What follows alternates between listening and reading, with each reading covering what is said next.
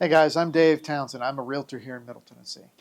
And over the last 5 years, it's been no secret that we've had a lot of challenging things come up in the real estate world that have made it very difficult for first-time home buyers. If you go all the way back to the COVID days, we were afraid the economy was going to crash, and so they dropped those interest rates down really low, which spurred a tremendous amount of growth.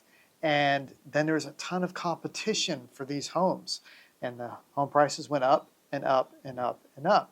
And so it's very challenging for a first-time home buyer to come in and actually purchase a house.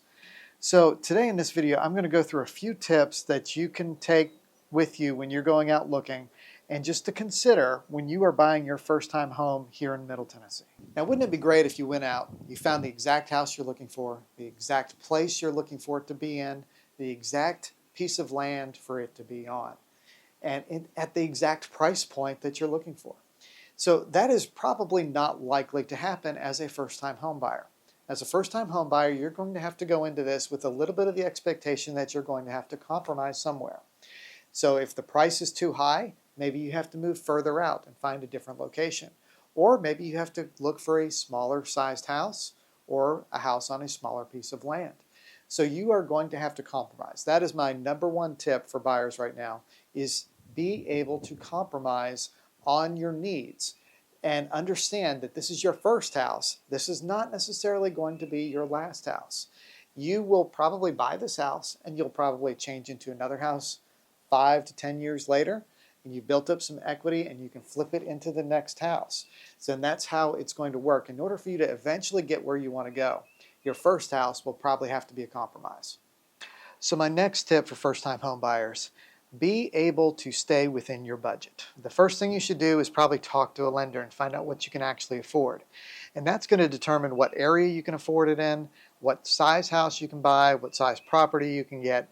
But you want to stay underneath your budget. In fact, you probably want to create some extra room in your budget, so plan to buy something less than what your budget actually could do. Because lenders will give you a maximum, but that doesn't necessarily mean that that is what you want to spend. You'll probably want to have extra room in your budget to take a vacation every now and then, or to go buy another car eventually. There's a lot of things you can do with that money if you have a little bit of spare room.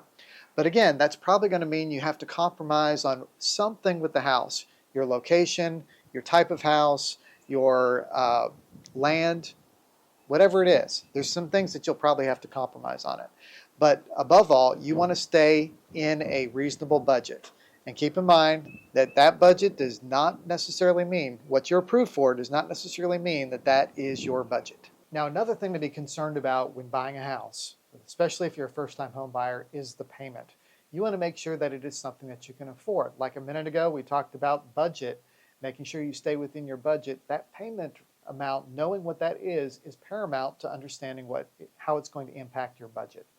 And your payment amount is a combination of what you pay for the house and the current interest rate that you're getting for that house, for your mortgage.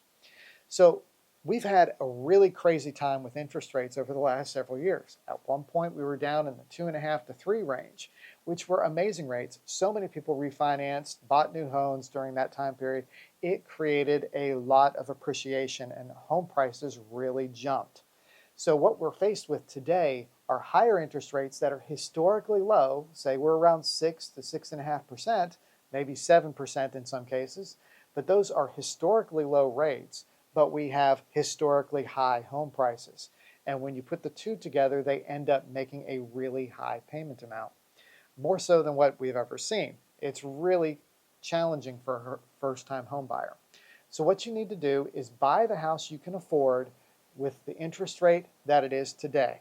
Okay, just make sure that you are comfortable with that interest rate. The interest rates may change later. You may be able to refinance and get a lower interest rate, but you can't count on that. It's very possible they could go the other direction and actually increase. They've been predicting for about 1.5 years or so for those rates to drop down to the lower 5s. They are not there yet. So while we hope for the best, we hope for a rate in the lower 5s somewhere, you've got to plan for what it is today.